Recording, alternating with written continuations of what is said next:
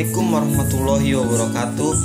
Saya Muhammad Bismar Fauji beserta dua teman saya yaitu Muhammad Kadafi dan juga Firman Aldi Palosa ingin menjelaskan ilmu yang berkaitan tentang termodinamika. Adapun poin-poin yang akan kami sampaikan, poin yang pertama akan disampaikan oleh saudara Muhammad Kadafi. Muhammad Kadafi, jelaskan yang benar. Ayo bro. Saya Muhammad Kadafi ingin menjelaskan tentang apa yang dimaksud dengan ilmu termodinamika. Ilmu termodinamika adalah ilmu yang menggambarkan usaha untuk mengubah kalor atau perpindahan energi yang disebabkan perbedaan suhu menjadi energi serta sifat-sifat pendukungnya. Termodinamika berhubungan erat dengan fisika energi, panas, kerja, entropi, dan kespontanan proses. Selain itu, termodinamika juga berhubungan dengan mekanika statik.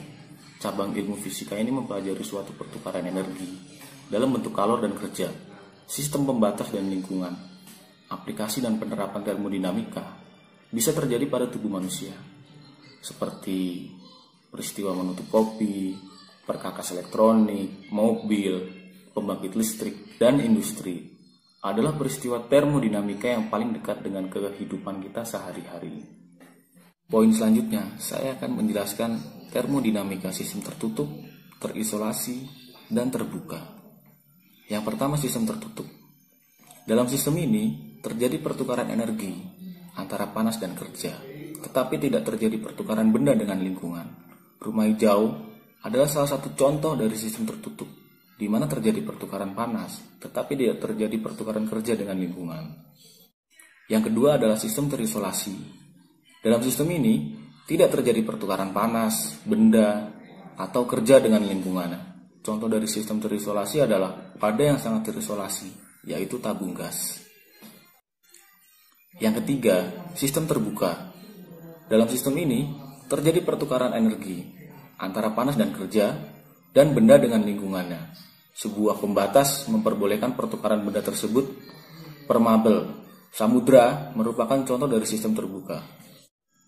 Poin selanjutnya akan dijelaskan oleh saudara Firman Aldi Palosa. Assalamualaikum warahmatullahi wabarakatuh. Di sini saya akan menjelaskan tentang macam-macam energi beserta rumusnya. Yang pertama adalah energi kinetik. Energi kinetik merupakan suatu energi gerak. Contohnya seperti bola berguling, angin, dan air. Air juga memiliki energi gerak. Suatu gerakan jika terhalang oleh suatu gaya tidak akan bisa bergerak. Rumus dari energi kinetik ialah EK sama dengan 1/2 mv kuadrat. Yang kedua adalah energi potensial. Energi potensial merupakan energi yang tersimpan pada suatu objek dipengaruhi oleh posisi objek tersebut. Contohnya seperti roller coaster ketika berada di puncak lintasan memiliki potensial energi. Rumus dari energi potensial ialah EP sama dengan mgh. Yang ketiga ialah entalpi. Entalpi merupakan pertukaran energi panas yang terjadi selama reaksi kimia. Entalpi memiliki simbol H dan diukur dalam kilometer jam per mol atau kilojoule per mol. Energi ditukar dengan lingkungan sekitarnya pada tekanan konstan disebut perubahan entalpi dari suatu reaksi. Rumus dari entalpi ialah H sama dengan U plus PV. Yang keempat, energi panas. Energi panas merupakan energi yang dihasilkan ketika molekul mengalami pemanasan ketika suhunya naik.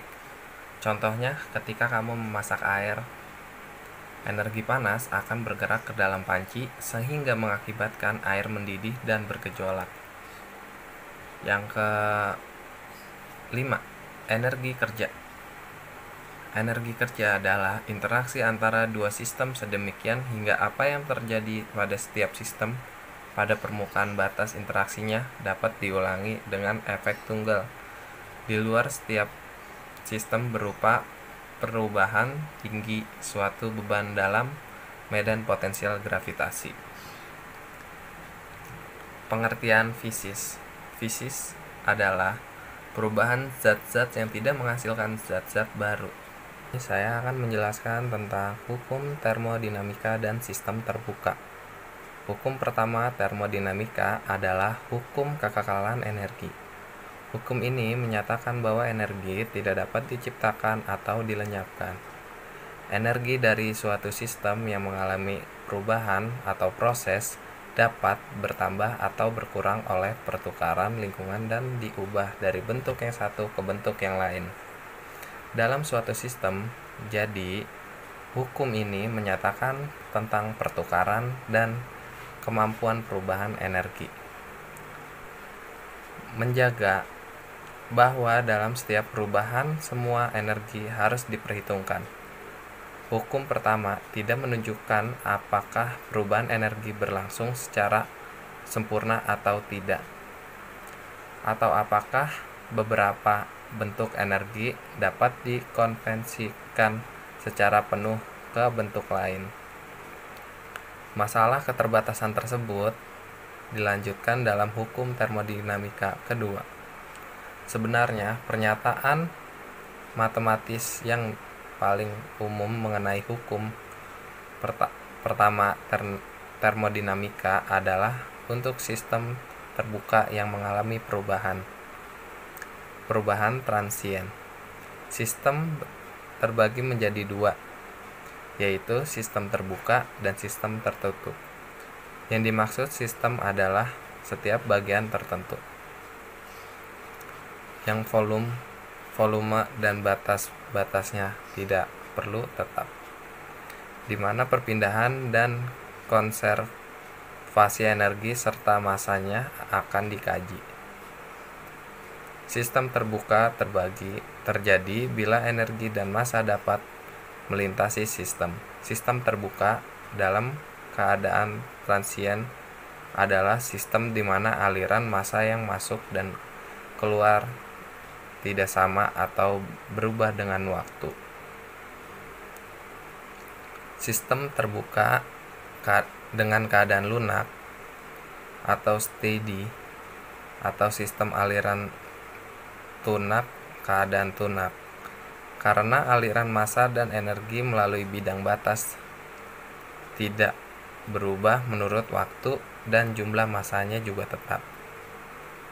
Sistem aliran terbuka berlaku untuk energi mekanik, termodinamika, dan sistem tertutup. Hukum pertama termodinamika berlaku untuk seluruh interaksi energi antara sistem dan lingkungannya. Perubahan energi sistem akan diikuti oleh perubahan energi sekelilingnya dengan jumlah yang sama, tetapi berlawanan arah. Energi yang memasuki sistem dianggap positif dan energi yang meninggalkan sistem dianggap negatif. Oke, saya ingin menjelaskan tentang steady state dan unsteady state. Steady state adalah suatu proses di mana semua variabel atau perubah proses yang ditinjau baik untuk keseluruhan sistem tidak berubah maupun pada suatu bagian atau suatu titik dalam sistem tidak berubah terhadap waktu. Adapun unsteady state adalah proses di mana semua variabel pada keseluruhan sistem atau bagian dari sistem mengalami perubahan terhadap waktu.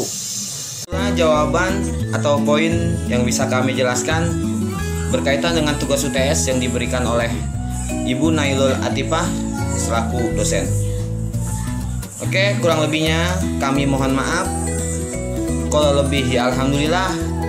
Kalau kurang lihat-lihat lagi dah pokoknya mah. Wabillahi taufiq wal hidayah. Wassalamualaikum warahmatullahi wabarakatuh. See you next time.